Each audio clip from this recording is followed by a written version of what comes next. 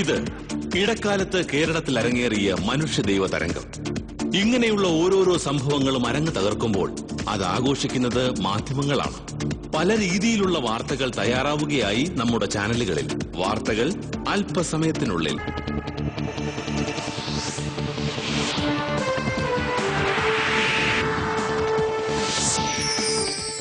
നമസ്കാരം, ഞാൻ രാധാകൃഷ്ണൻ. 38 വയസ്സ്, കല്യാണം കഴിച്ചിട്ടില്ല. പ്രധാന വാർത്തകൾ.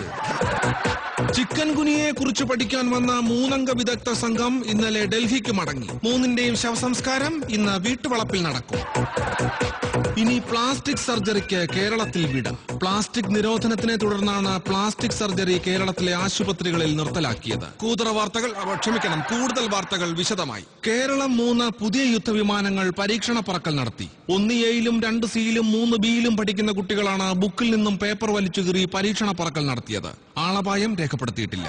മണിമലയാറ്റിൽ 50 വയസ്സ് പ്രായം തോന്നിക്കുന്ന യുവാവിന്റെ 4 വർഷം പഴക്കമുള്ള പാളക്കരയൻ നിക്കർ കണ്ടെത്തി. ഉണങ്ങാനിട്ടപ്പോൾ വഴുതി വീണതായിരിക്കുമെന്ന് പോലീസ് സംശയിക്കുന്നു. വേമ്പനാട്ടുകായലിലെ വള്ളംകളി കായലിൽ വെള്ളം കുറവായതിനാൽ NHലെ ഖട്ടറിലേക്ക് മാറ്റി. വള്ളം തള്ളിക്കൊണ്ടുപോയ തുഴക്കാരെ സൂപ്പർഫാസ്റ്റ് വെട്ടിപ്പൊളിച്ചാണ് നാട്ടുകാർ പുറത്തെടുത്തത്. സുനാമി ആധാരമാക്കി മുട്ടോളം വെള്ളത്തിൽ എന്ന കവിത എഴുതിയ കൂനിൽമേൽ തമ്പിക്ക് കടപ്പുറത്ത് വൻ സ്വീകരണം.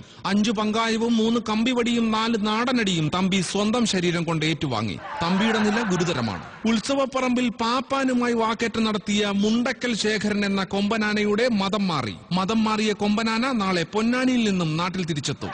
സുപ്രസിദ്ധ പിടികിട്ടാപ്പുള്ളി കിച്ചു ഇന്നലെ പോലീസിന്റെ പിടിയിലായി. അങ്കനവാടിയിലെ പിഞ്ചുബാലൻ തങ്കപ്പന്റെ കയ്യിൽ നിന്നും ബ്രിട്ടാനിയ ബിസ്ക്കറ്റും കൂരവും അടിച്ചു മാറ്റുന്നതിനിടയിലാണ് ഇദ്ദേഹം പോലീസിന്റെ വലയിലായത്.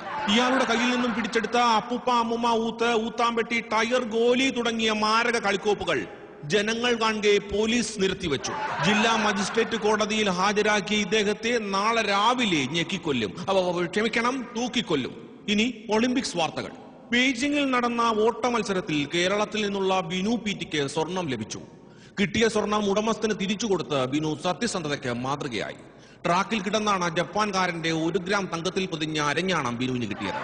അമ്പെയ്ത്ത് മത്സരത്തിൽ ഇന്ത്യക്ക് സ്വർണം നഷ്ടപ്പെട്ടു. റഫറിക്ക് കണ്ണും. ഒളിമ്പിക്സിൽ വെടിവെപ്പിൽ സ്വർണം നേടിയ ആ മഹത് വ്യക്തിയുടെ ഗുരുവെന്ന് സ്വയം അവകാശപ്പെടുന്ന മേജർ രാമദേവന് ഇന്ന് ജന്മനാട് സ്വീകരണം നൽകുകയാണ്. ഇപ്പോൾ കിട്ടിയ വാർത്ത: നഗരത്തിൽ ആളുകളെ വിഴുങ്ങുന്ന ഒരു ഭീകരജീവി പരിഭ്രാന്തി പരത്തുകയാണ്. ജനങ്ങൾ ജാഗരൂകരായിരിക്കണമെന്ന് ഗവൺമെന്റ് അഭ്യർത്ഥിച്ചു. ഭീകരജീവിയെക്കുറിച്ച് എന്തെങ്കിലും വിവരം കിട്ടിയാൽ അറിയിക്കേണ്ട നമ്പർ മലയാളത്തിൽ 007, ഹിന്ദിയിൽ 007, തമിഴിൽ 7. വാർത്തകൾ കഴിഞ്ഞു.